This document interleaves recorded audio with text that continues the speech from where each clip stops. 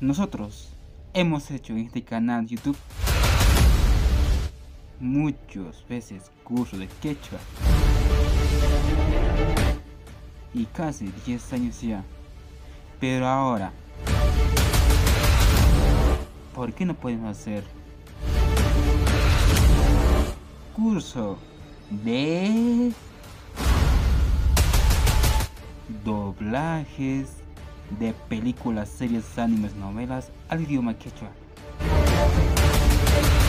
¿Qué les parece? ¿Quieres aprender a doblar tu novela favorito o quizás de tus películas favoritas en quechua y tener tus propios doblajes? Ya veremos hasta dónde vamos a llegar. Si estás interesado, dígame en los comentarios y estaremos continuando en el siguiente video.